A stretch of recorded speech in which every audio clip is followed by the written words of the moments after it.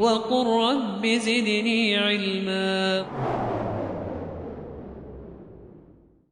بسم الله الحمد لله والصلاة والسلام على رسول الله وعلى آله وصحبه ومن اهتدى بهداه. أما بعد، السلام عليكم ورحمة الله وبركاته.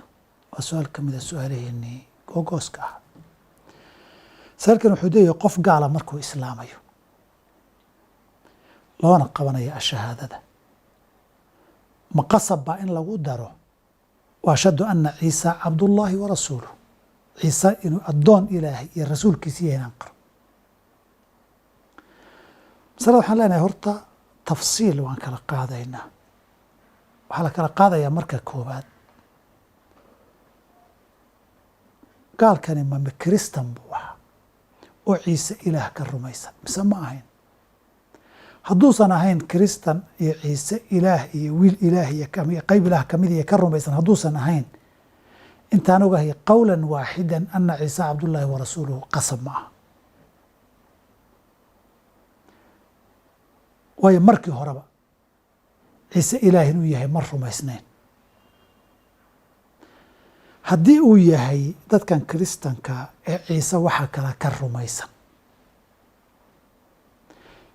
culimmada qaar baa waxay muujiyeen cabsi inay jiri karto inuu ashhadu anna muxamadan rasuulullah yidhaahdo isagoo weli ciise wixii ka rumaysan.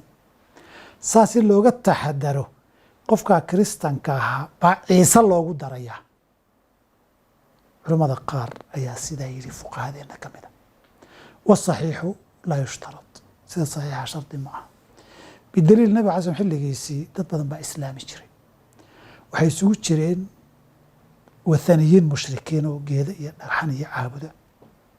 waxaa islaami jiray yuhuud baa islaami jirtay oo cuseyr ibnullaahi rumaysnayd. waxaa islaami jiray kiristan almasiixu ibnullaahi iyo thaalithu thalaathatin rumaysan. intaba way soo islaameen. inta nusuusta ashhadu anna muxamadan rasuulullahi iyo cabduhu warasuuluhu maahane ma jirin cid looga shardiyey ama shahaadadiisii loo qabanaya shardi looga dhigay inuu ciise cabdullaahi warasuuluhu yidhaahdo. ka dhow haddii waxaa lagu arko isagoo weli rumaysan, markaasaa laga saxaya waxaa inayna banaanayn oo khaldan tahayna loo sheegaya. laakiin marka hore shardi inay tahay qaybtaas kiristanka ahayd ee ciise wax ka rumaysnayd baa khilaaf ka jira. khilaafka sida raajixana inaan shardi ahayn weeye. wabillahi towfiiq. وقل رب زدني علما.